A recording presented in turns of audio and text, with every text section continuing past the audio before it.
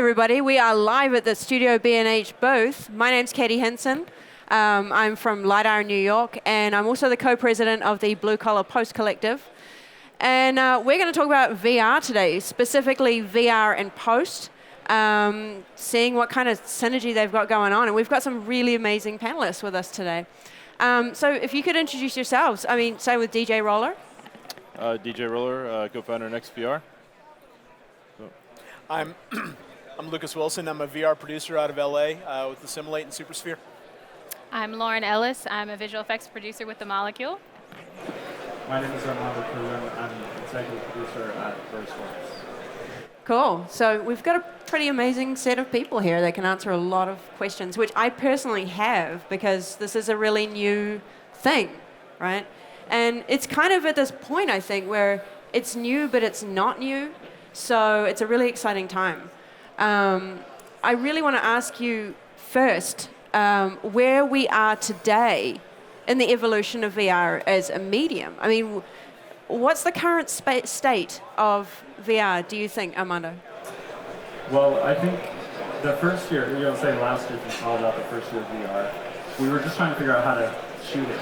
Mm-hmm. Literally, how we're going to shoot this and how we're going to distribute it, get it through post. A lot of what we're seeing this year are kind of the next generation of those various steps.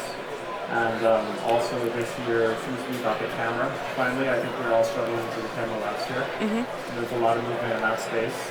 And finally, this year seems to be, we're starting to incorporate some interactive elements into storytelling. So that's what I see right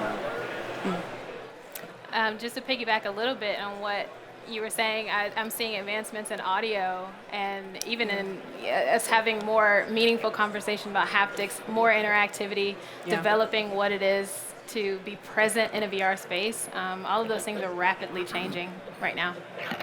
I think actually that's something that DJ and I were talking about earlier about audio. It's interesting that you brought that up. I mean, what he was talking about, what they do with audio was really blowing my mind. I mean, but you probably have a slightly different sense, actually, of where you think it is as we are with VR is at, as a medium. You're saying that it's kind of mature. Well, virtual reality is a whole new medium. We started NextVR about 6 years ago, so right now we're really focused on scaling as opposed to developing out the technology. But audio is a major part of VR, even more so than it is in other formats like traditional media. And Lucas? I think that, I think that a good deal of VR right now, figuring out how to do 360 video and figuring out how to do mono or stereo 360 video is kind of, for people that have been doing it a while, is a little bit of a known quantity now. The steps are pretty well established, and being able to do that is pretty well established. The biggest thing that I think is happening now is figuring out the wide space between passive content, which is 360 video, and active content, which is gaming, and figuring out how to do the post-production work for that vast space in the middle, where Unity and Unreal meet Premiere and Scratch and things like that. That's a lot of the challenges that I'm dealing with right now. Because right now, we would really say it's an experiential medium, right? Do you think that scripted content is the next step?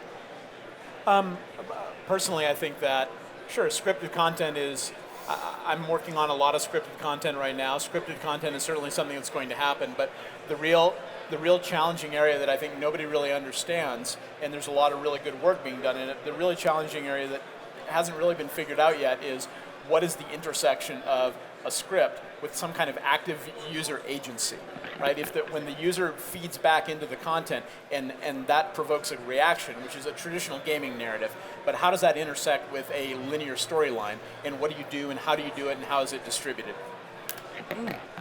What do you think, Armando? Yeah, that ties into what I said initially. We're trying to figure out how to make it interactive, but in a way that isn't a gimmick. I think that's a lot of the early experiments with interactivity didn't have a story reason behind them. And so we're focused a lot on how do we make this stuff story appropriate interactive. And Lauren, you've had a bit of experience with all kinds of things. What do you see the direction in terms of where it's going?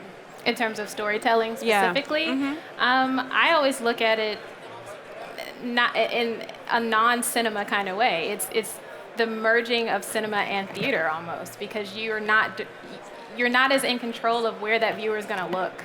So you have to rethink what it means to tell a story. You have to rethink what it means to direct an audience. If I look to my left, what's happening to my left? All of these things you have to think of. You have to think of every single camera. So I think, where do I think it's going? I think we're just getting more creative with it, and I can't really say exactly where it will go. I just know it's getting more fun to figure that out. Yeah. And I'm just wondering, DJ, what's the importance of audio in terms of that, in terms of telling the story? Well, it's a whole other way. Things and sound in VR can be used as cues in the story to help drive the story, to help drive audience response to the direction of the story. But the story itself could take on the direction of the viewer. I mean, it's often people ask, how long should a piece of content be at the actual piece? It could be as long as the viewer decides to be in the piece of content. But audio is extremely important in that role. And I mean, there are different kinds of audio, right? Do you want to tell us a little bit about that? So what we're doing, a lot of times it's think of it more like a hybrid binaural mix. So the binaural audio, which gives you a feeling, the essence of being there where the camera is or was, depending on if it's live or recorded. If it's a band, for example, we'll bring in the essence of the band and mix that in with it, so you get the feeling of being there, but also the projection of the really the look and feel of the band. The same with live sporting events or theatrical content. It's a real hybrid mix. In live VR, we have a truck here that we just introduced today, one of our mobile units, that has a live 360 surround audio system in it, and that's to be able to produce that live during an event, which again makes all the difference when you're say at a NASCAR track and you can get the feeling of being right there in that spot. So. How do you choose, or what drives the decision-making process in terms of cameras and rigs? I'll jump in on that for a minute. I like to say that I've sort of, if you can think of a combination of cameras that can be duct taped together, chances are that I've shot with it. Everything from Ricoh Theta to GoPros to Reds to Aries to Jaunt to Ozo to everything. And what drives the camera decision is the same thing that drives any other camera decision. What are you shooting? What's the subject matter? What are you trying to capture? Is there motion? It's the same things that drive any other selection process. I did a shoot for Samsung in the PGA a while ago that was going to be outdoors, bright sunlight on a golf course. I didn't shoot that with GoPros because the dynamic range and the detail generation just wasn't there. I shot that with the Red rigs because that's what I needed to capture that kind of resolution. On the other hand, some stuff I do with Jaunt cameras and do work with Jaunt cameras because I need incredibly fast turnaround. I need incredibly fast turnaround, and I'm trying to get something done very quickly, and it needs to be stereo. So it's taking the accounts of there's no real one answer. It's just taking the needs of the production into account. I guess that's a general rule, really, in the decision-making process of any technology at any level, at any stage of the process, right? But I know that there's a lot of people telling you that this particular product is better and for this particular thing, right? And I've certainly heard that a lot in terms of post-production, because some things do it and some things don't.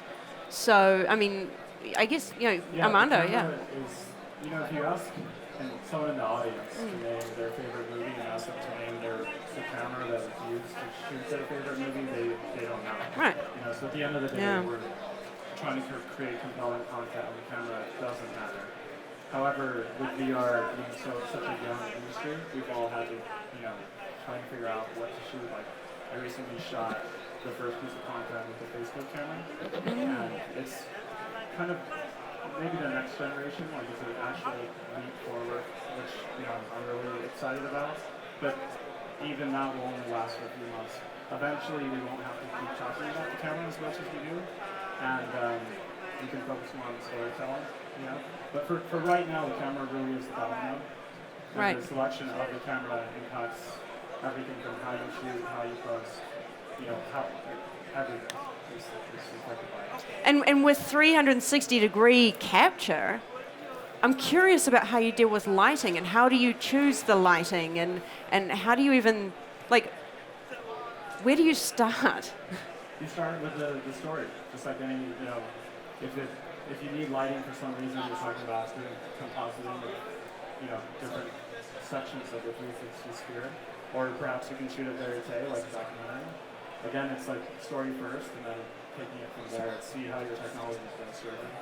I'd expect that Lauren would say, actually, the first thing is not story. The first thing is talking to the people who are going to do your post-production. Well, I mean, I think post-production should be, it's just like in regular film. You should have your post people a part of those original conversations, if not more so in VR than in cinema. Why is that? Well, because you can, when you have that many cameras shooting different views, you have to account for much more that may potentially need fixing in post. And if you can plan that out at the outset, then you may avoid quite a bit of putting your money toward fixing things versus story and the creative aspect of things. Yeah, VR is all post. Yeah. But then you would say something different, would you not, DJ? That VR is all post. What do you say to that? Well, there's a lot of post in any kind of production. I agree with Lauren's approach of working with post-production on the front end of any production. That can make a huge difference, both creatively and technically at the end of the day. We're unique that NextVR has a format for VR. So we shoot, it's a codec, it gets loaded into a nonlinear editing system, just like a Premiere or something like that, and it gets output. So we don't stitch, so we really focus on the creative and focus on the story if it's an edited piece. So that's really maybe the difference, if that's your question. I guess the thing is that every production has its own needs. So it really depends on what is the creative, and the creative driving how you're going to actually do that and building a good workflow. Yeah. Right? And what about review and approval? Well, I'll jump. Excuse me. I'll jump in for a minute there. I'm here with Assimilate, and actually, one of the reasons I'm doing that is because review and approval for VR is typically difficult, and it's very technical. There's a system called Scratch Web that they have that allows you, that I used with Fox, that I've used with Samsung, that I've used with a bunch of clients, that allows you to publish to an online site and then generate a link, and that link can then be sent to a client. Clients are technically educated, but they're not that technically educated usually. It needs to be easy. So this is a link that you can just click on, and it appears on a phone, and it appears in either Magic Window or Google Cardboard. I mean, the goal of all post-production in VR is for it is to remove the word VR and for it to just be post-production. You don't want to do special stuff. The workflows that people have established and the workflows that people have been doing for years and years and years, you want to remove as much science and as much new stuff from that as possible and just have it be a smooth process. And that's what things like Scratch Web are all about, is the ability to just, okay, a client looks at a link, they click on a link, they play, and they look at it, and that's done. I'd imagine that review and approval is actually a very crucial part of VR production. Absolutely. Yeah. It is. Well, review and approval is an essential part of any production, right? Sure. One of the things, though, that's a mess for 360 right now is ability to, you're dealing with devices and different platforms, and there's different colorimetry steps, and there's so many different platforms, and every one of them sort of puts their own little flavor on it. So dealing with making sure that you maintain an accurate color workflow and an accurate delivery workflow from your post-system to delivery, challenging. I imagine for Next, you guys have your own system, so you're able to manage it through the whole process. So probably you're able to very accurately convey, okay, what we captured is what you see. But for a lot of the rest of quite difficult. Yeah. Yeah, I mean, so let's sort of get a little bit more into this. Lauren, tell us, what is a typical VR post pipeline, or what is the workflow? It's just like a regular VFX pipeline, just a ton more data. If you get footage in, there's 8 different cameras that you're getting footage from. It may take you a day or longer to ingest that footage, and any one thing that you change as you're working on that footage can take hours of rendering, if not a full day of rendering. So it's the same as ingesting for any film project or any television project. There's just a ton more to account for. So you have to have the render power. You have to have the processing power in general to be able to handle it. So in terms of the actual workflow, could you just walk us through that for anyone who has no idea? Well, our particular workflow, we get the data in, we get the footage in, I should say. From there, we take it into Nuke, typically. If we're having to do the stitching, we've built our own rigs and things to be able to do what we need to do in terms of stitching. And the workflow is the same from there. You're comping what you need to comp, you're fixing what you need to fix, you're painting what you need to paint, and then you hit render, and hopefully you've done everything that needs to be done so that you don't have to repeat the long render process that comes from that. Then once you render, you hit it back to editorial, and we're actually the delivery before delivery, so we're not as concerned with a lot of the things Lucas mentioned. But that's the typical workflow. We get the footage in, we start the comp work, whatever fix-its are needed, and then we kick it back out for editorial. Obviously, this is a pretty new medium, so it's a pretty new set of workflows that are probably not as established as traditional workflows. Does anyone else have a different workflow, or is Lauren pretty much wrapped it up for you? I think we're all different, right? We're Yeah, very different. We're all in a very different approach, but Tell us. yeah. Do you want to go first? I mean, again, for stuff that I'm doing, I try to remove the word VR from the process. There's dailies, there's editorial, there's audio, there's VFX, there's color, there's grading, there's delivery. And every one of those steps is something that the post-production process and post-production teams are familiar with and familiar with dealing with. So I do dailies, I get them to editorial. There's a pipeline between editorial and VFX. There's a pipeline between all those people in grading. There's audio delivery that goes in. Audio is informed by what delivery platform, because some of them support ambisonic, some of them only support 5.1. So audio is informed by those delivery platforms, and then you render and publish. You try to do as much as if you're creating new workflows every time, then the industry is doomed. You have to stay to what people understand and what the creative process is used to, and try to fit into that and add new little things where you can, but keep what people are used to and what has been working for a long time. Yeah, I agree. I mean, we're founded on a roster of directors, right, who are all world-class commercial directors. And so when you bring on a director of that caliber, they bring with them an editor, a colorist, a mixer, and those people don't want to be constantly learning. They're actually all interested in learning, but you can't be changing their workflow constantly, I guess I should say. So if there are 12 steps to VR post-production, we take the 9 and kind of hide them in the back so that they can have a normal job, which is right. what he's saying. So And that way, that post is always, there's front of house and back of house, yeah. right? It's a magic elf approach. Yeah. Yeah, so our workflow is, it's similar in the sense that it's used to what a director might be used to now, or a producer would have, where the content's captured, it goes into post. It could be loaded into a session where they could join the session and cut and edit and then output it. So it's really pretty straightforward in what you're used to doing. The difference is it is a whole new medium. The pacing and timing of how you do things is different. Because we have a codec, we do, when you produce something one time, it goes across all the platforms, whether it's cardboard ultimately or Gear VR, Oculus. It's kind of one final product is consistent across all of that, because a lot of the engineering's been done in the background, the heavy lifting, so you don't have to re-engineer a new version for every headset out there. But in the creative process, I think the difference would be the ability for an editor, or producer, or director to be able to see the content live while it's being edited, and even while you're shooting it if it's not a live event. And all that contributes to the post workflow. So I guess the tech is actually a really big part of the creative process. And do you think that the post and the VFX tools are as much of a part of the creative process as anything, or do you think that they're kind of separate? I think they're a part. I think they go hand in hand. Creative. We started the concept, talking about what camera, the approach that we're going to take, and similar to what he was saying, we bring 4K or 6K all the way through, and then right now we have to transcode to 52 different varieties to cover all the devices that our customers might need. Wow. And we're camera agnostic, since we work with different clients. Right. So we're delivering for all these. There's no way to know, really. and they may change their minds about the platform that they want, or they may come back to you in 3 months and want this new platform that didn't exist. So you have to take a master all the way. Yeah.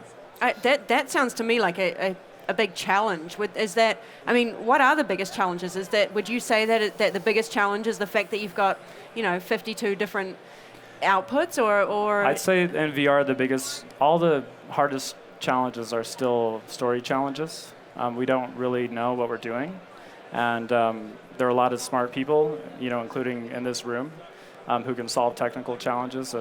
We've made some good strides, but there are a lot of storytelling challenges left to figure out. But on the tech side, it's mostly related to the camera, in my opinion. I didn't hear the last thing you said. The camera. Oh. Yeah. What about you, Lauren? What do you think the biggest challenge is? Just from a VFX producer perspective, it would be the education of how you shoot certain things, and it would play into storytelling. How do you solve certain things in camera, and how do you shoot for VR in certain circumstances when you're trying to tell a specific story? Making sure that the client, and this is the case in film and television as well, making sure we're not getting footage that we haven't been consulted on at the outset. Don't just give it and say fix it in post like we get in a lot of scenarios. Let's talk about it in the beginning, try to previs as much as we can, so that when we get in post, we're not in a bad way with the footage that you've given. So that's a big roadblock. So really people need to know more about, mostly people need to come see you sooner so you can educate them. Well, I think it's what you were saying. VR is post. It is post or whatever. Or it's Right. not either, but it's what we have learned, I think, is that shooting VR is very different from shooting traditional media. And if you put the camera 18 inches in the wrong direction, you can lose your shot. So there's something to VR cinematography, or whatever we want to call it, that we're still trying to figure out. And it turns out there are a lot of rules or caveats to how you approach this that would be, shocking, I think, to most people. But as we finish more and more projects together, like this group on stage, we're learning some of those. We just delivered our 40-second project. And wow, well done. Thanks. And you learn something really difficult on each one, or maybe you have multiple problems on each one. And so now we're starting to figure those out, but there's kind of exciting. There's still so many left to learn about. Yeah. Lucas, what do you think is the biggest challenge to producing VR? To producing VR? Well, creating VR content. The biggest challenge, sort of at a higher level, is that 99.9% of VR being done right now is what I call VR for PR. Is that I'm all in on VR. Everybody here is all in on VR, but the hard truth is that the consumer has not spoken yet. VR is a very, very large speculative bubble right now that everybody on this stage certainly believes is going to take off and is banking on. But the real truth is that the consumer has not spoken yet for whether VR is really going to be a lasting, enduring medium that people will pay for and how they will pay for it. So the biggest challenge to producing VR, at least in my perspective, is looking at the monetization models and figuring out, okay, how are people going to pay for this? Why are they going to pay for it? What's the reason that you should be doing this? And then how are you going to go get the money and then recoup that on the back end? It's all the finance models around it that are still very PR-oriented and very speculative-oriented. So Post are just problems to figure out. DJ, what do you think is the biggest challenge?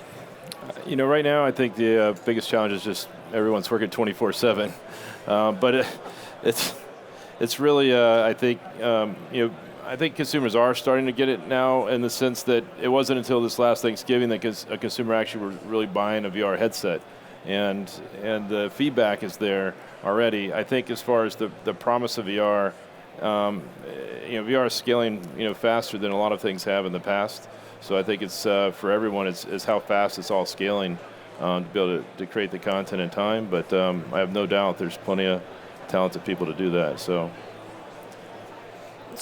if the product that we're seeing at NAB right now, that is VR, if that is part of a long-term, larger sort of evolution of the medium, all the way from, say, traditional flat television content through maybe stereo, through VR.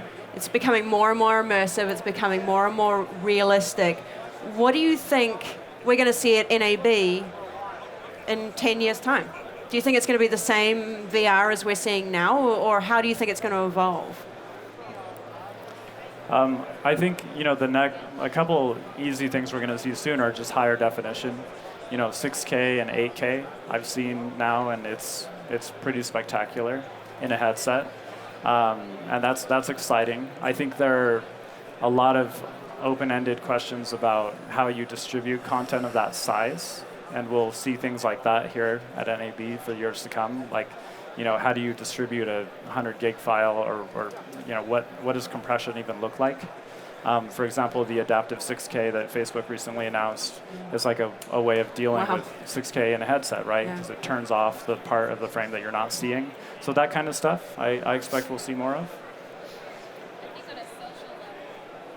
We're already seeing commercials where you have Wesley Snipes and like Lil Wayne with a headset. So I think on a social level, you'll start to see more people understanding it and wanting to be a part of it, kind of like what Lucas is talking about, when maybe we'll move out of this PR space and in more of a social experience space. And that said, maybe we'll start to see how VR affects us socially. And because usually social sciences are kind of reactive to new technologies like this, but maybe we'll start to see how this turns everything on its head, not just the tech crowd, but socially.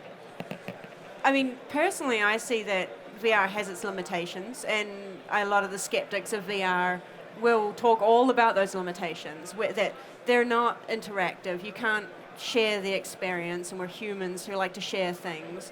That you might fall over if you walk 10 steps, all these sort of things. So that's why I'm so curious about where we think things are going to go. I mean, I can tell you that my opinions, but then I'm not a VR expert. I can just tell you my speculations, but I'm not a VR expert. I see it going to more towards a hybrid of VR and AR, basically because as a consumer, that's what I want. But you guys can tell me what you think it's as actually happening in the industry. What do you think, Lucas? Well, first of all, I think you got to start by defining what is VR. Of course. Right? And everybody, I think it's a bit of a religious battle, and everybody has sort of their slightly different definitions. To me personally, VR is when, as soon as you insert some kind of agency, as soon as you insert some kind of user agency that affects the action that is taking place, that to me is true VR. And I think in 10 years, well, hopefully it'll advance to the point that we don't have to be in Vegas anymore. We can just do it from home. That would be awesome. But barring that, the most exciting things that I've seen are things that some of the shops that I work with are doing about agency, is being able to deal with linear storytelling, but being able to be a person involved in that linear storytelling and how that affects what's going on and how the environment around you affects what's going on. It's the true integration of reality plus something artificial that's happening in the headset. Whether it's something like Magic Leap technology, whether it's something like retinal projection technology and creating something that really isn't there in front of you, or whether it's something like medical treatments for schizophrenia and for some other ailments that I've been doing a lot of reading on. Some of the non-traditional, non-Hollywood stuff, I think, is some of the most exciting areas that I see happening in the next several years. DJ? Yeah, I think stepping back on like the cameras, for example, the 4K, 6K, high resolution, high frame rate. This presents a real use case for resolution. Quality and resolution are extremely important in VR. It makes all the difference. It makes all the difference in the sense of if it's not of the highest quality, it could take someone out of the immersive experience. But I think in the coming years, we're going to see more and more reasons for cameras, lenses, even the screens on the phones are coming out with high resolution screens, so that eventually the pixels that you see if you try VR, that goes away. It's going to disappear, and as far as the format itself, it is TBD. No one has a crystal ball, but it is exciting that it truly is a new medium, and how we all decide to consume it as we go forward, whether it's in how you consume it in the capture side, the post-production side, or the delivery side is pretty exciting, but that's pretty much. That's cool. So I think we've got a few people here, and you all look like you really want to ask these guys a question or two. Come on now. Does anyone have anything that they'd like to ask this panel of experts? Don't do it, Corey. Okay, man. You know it's going to be me, right? Come on now. I have a question. Fascinating. Thank you so much. I mean, you all are really enlightening us on this, which is great. And the question that comes to mind for me, is really about frame rate and shutter. You know, we're talking about resolution, we're talking about 4K and 6K and 8K, but can you talk a little bit about what your experiences show you with regards to shuttering and also to frame rate? We feel that minimum 60 frames a second would be the minimum in VR. Just because frame rate is motion blur is not good in stereo in general, but frame rate's important. Shutter is a whole other issue, but it's all important whether it's live sports, especially if there's something fast moving, to be able to keep that detail there so you don't lose the stereo effect when you're watching it. I agree with 60, at least 60. Shutter, I think, is, again, that's such a creative choice, depending on what you're shooting and why you're shooting and how you're shooting. I think it's a creative choice, but for frame rates, at least 60. I agree. I haven't dealt with cameras as much, so I defer to them on that, but we've always received 60 frames per second. Yeah, I mean, 60 to 90, we'll see.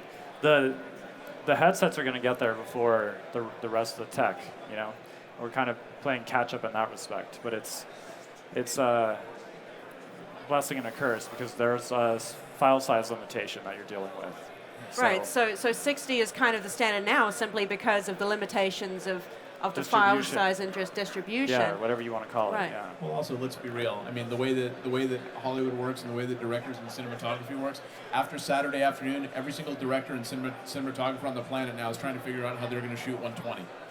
So. Yeah. Do we have any more questions from the floor?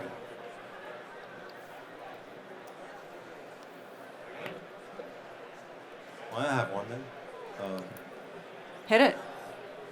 There's a sort of a debate in the VR world about whether VR can really be considered VR if it's not stereoscopic capture. What? I know you hate that question. But what's the panel's feeling on whether VR can be considered virtual reality if it's not a duplication of dual eye vision like a stereoscopic would actually reproduce? Yeah. I think it absolutely needs to be. And it'd be the same as if you were a game developer and you went to, say, Oculus, and you say, I got this amazing game, it's for VR, but it's only 2D. They probably say next. This is VR, it's about being immersive. So unless it's stereoscopic, you're not, if it's just 360 video, and it doesn't mean anyone should not produce something in that, but if it's just 360 video, it's just video that you're looking at. It's not immersive. That's basically that simple. I agree that it needs to be stereo, but there are different flavors of that, right? And this gets back to user agency. I did a test early on where I took a still frame, just a still frame, and went back and forth in a Unity game engine where all it was, the only difference was the still frame, and it was the same still frame, but I added a point source light that was interactive and volumetric fog, right? And that was stereo. Any kind of agency, whether it's 2D or 3D, any kind of agency increases the amount of immersion, increases how much you spend in that time. But if you're dealing with video, I agree that stereo for immersion is essential. I'm going to piggyback. I agree. VR is all about being immersed, being present in that space, and I think it has to be stereo in order to achieve that. Yeah, I mean, it's whatever technology gets you there. So we're in a moment in time where you can actually do mono, and you can just like put a camera on a car and say that you made something in VR. That window is going to close hopefully very soon. We'll get a little more serious about the content that we're making. But if you're after immersion, then I mean, it's like we're not going to 6K arbitrarily. We're actually going there because it helps you feel like you were there, And that's the same with 3D. So who's really driving the development? Who is it that is really pushing the companies who are developing the tech? Who is it that's pushing it? Is it the gaming community? Is it people with who want to film themselves on a skateboard or a surfboard? Is it actually corporate stuff? I mean, or is it the headset people? I mean, who is it that's actually the ones who are driving and in a way setting the standards before they're actually set by someone like SMPTE? Who is it? Google, Facebook, Microsoft, and venture capital. Yeah, I mean, we're slightly different sides of that because we're the bootstrapped. But I think we're all driving it in slightly different ways and driving each other crazy at the same time. I think the idea of VR is not just about like with sports, for example, people say it's unlimited front row seats. It's not actually about that. It's about, and this is beyond just sports. This is about putting people in places they can't go or likely to never go or wish they could go. So up until now, probably the most immersive medium on the planet was like an IMAX or a giant screen cinema. This is more immersive than that, but the films that have been most successful are the ones that put people in those places. So in VR, I think there's billions of people on this planet that will never have a chance to either teleport around the world and see something in another country or even sit courtside at a game, and VR has that promise. So that's, I think, a real driver behind why we're all here and why we're all driving for this. So I agree with you, Armando, in that we're all pushing the tech, and the tech is pushing the creative. If you have the ideas, but you don't have the tech to be able to give the experience, then it doesn't really matter. You kind of have to volley off of each other. And I think we're all pushing at different times. Filmmakers are in earlier than we might have expected them to be. As much as we expected gaming to be the forefront, filmmakers are coming in there too. Advertisers are coming in there too. So I think we are all pushing, and we're all driving each other crazy doing it. So. Is there someone else that did you want to ask a question? It was on the stereoscopic that right now, of course, our stereoscopic solutions in VR are planar. In a gaming, we can bend your head on the side and still get a stereoscopic image. You can't do that with the current way you acquire with multiple cameras, generally in a circle, like Google's Jump and so on. Where do you see light field coming into replacing all of the current way we're doing cameras? I don't know if it's been talked about before. Oh, good question. It's I don't know how much I should talk about it, but if you go up to Lightro and you sample their light field cameras, it is a pretty amazing experience to be able to move your head and look around corners and things like that. And the new versions of their light field cameras have a much bigger kind of volume that you can do that in. However, what we're kind of learning is that it's a bit unnatural to kind of do this, right? And so, again, it's like, is there a story reason for you to do that? Then maybe yes, but it goes back to the immersive thing again, where looking around is more natural on a nodal kind of basis, but having those subtle depth cues does actually help. So I'm curious to see which path light field takes. Like, is it actually about the volume, or is it more, again, about the immersion? And I think we're not really sure. And the cameras right now are, they're the sizes of, like, entire cars. So it's going to take a minute. Light field's something that I can't really speak too much about right now, other than we've made some announcements about it last year, but it is going to play a role in the immersive experience and the immersiveness of just the feeling of presence and making it disappear and feel like you're there. And it's something that's becoming very soon. A perfect light field, an ideal light field is the ultimate immersion, right? A cubic meter of an ideal light field is the ultimate immersion. I think when I can do that with a $500 device that I hold in my hand, it's going to be incredible. Until then, it's going to be a tool that's going to be used for the very high end. And then the big question for me is how do you distribute it? How do you distribute? I understand how to capture it. I understand how to look at it in an R&D setting. How do you distribute a light field so that you can see it for the masses? I think once it's there, it's awesome. It invalidates a lot of current technology, but we're a little ways away. I actually have one sort of last question, I think, because we're going to have to wrap up soon. But like every great new technology, people want to get involved in it. People want to use it. It was like this with stereo 3D a few years ago, right? Sort of around 2007, 2008, every creative was wanting to try this amazing new immersive medium that was stereoscopic 3D.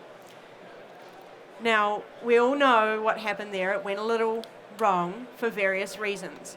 Now everybody wants to try this new amazing immersive thing that is VR.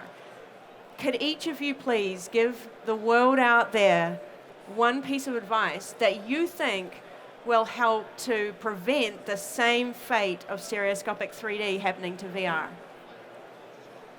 Armando? Yeah, sure. So, Avatar came out and blew everyone's mind, and I was actually at Paramount at the time. We all ran around trying to make everything 3D, and it was mostly crap. And I think it had to do, if you kind of look at the history of cinema, which is over 100 years. The technologies that have been adapted are the ones that kind of really push the story forward, the narrative, the way that we were making movies fundamentally, like editing is a great example, or sound. And I don't think stereo was enough.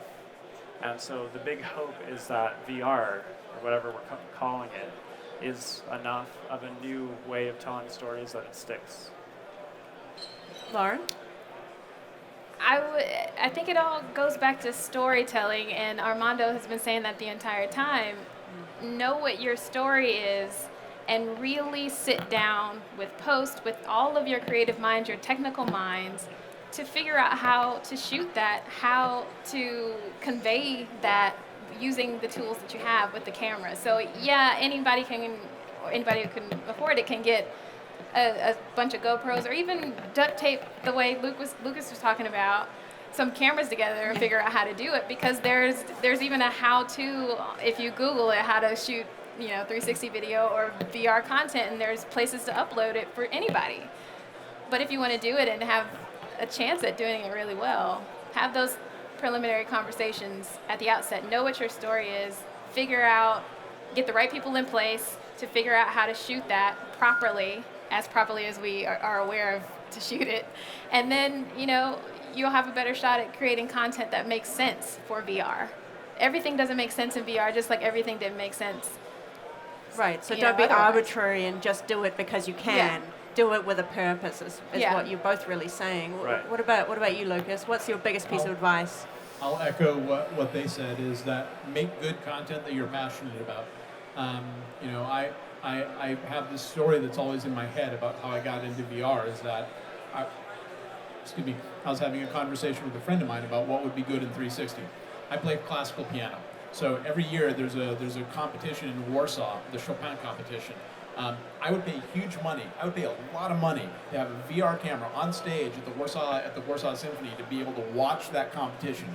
And I had this conversation with my friend. That was watching paint dry to him. He was like, "You're kidding me, right?" And he's a sailor. I can't look at a boat without getting seasick. So he wanted to put a camera on the America's Cup and be able to watch the team operate. And to me, that's like, no, I would get sick and throw up. I would never do that. But that's solidified in my head that at least the early days of VR to me are all about short-form fan-based content. Make things that you're passionate about, and make things that you care about, and make them good, and then that community and that crowd will gravitate towards it. Bad VR, cat videos in VR will kill the medium quicker than anything else. I'm sorry, I would love to see a cat video in VR, but then you might not, and but you're a fan. I'm a fan of cats, right? And the Chopin thing, I'm with your friend. Make it a good one then. There you go. Stereo. And we know how we're going to monetize now. We're going to have sell you content to the piano event, so I would live pay VR. huge money for that. Huge. DJ, what's your biggest piece of advice to the industry? I would echo everything that's being said here on the panel. It is a whole new medium. There is no comparison to this with 3D television. It's completely different. But just like anything else, if it's not good content, people are not going to watch it. There's a lot of content out there you can see now, both good and bad, to glean from, to learn from, and to learn the medium. A lot more than there was even 6 months ago. And I think we're headed towards a space where there will be, in the future, it won't be camera rigs anymore. It'll be purpose-built cameras and purpose-built tools for production and post-production. So people will be able to do their jobs and focus on the areas they work in. But I think that's pretty much it. Well, I just want to thank all our panelists for being here today. Absolutely, come on. They were pretty amazing, right? These guys really know what they're talking about. DJ Roller, Lucas Wilson, Lauren Ellis, and Amanda Kerwin. And thank you all for coming, and I hope you learned something. Whether you're a hobbyist or a professional, B&H has the answers to your questions. Experience a world of technology at our New York City Superstore. Connect with us online or give us a call. Our staff of experts is happy to help.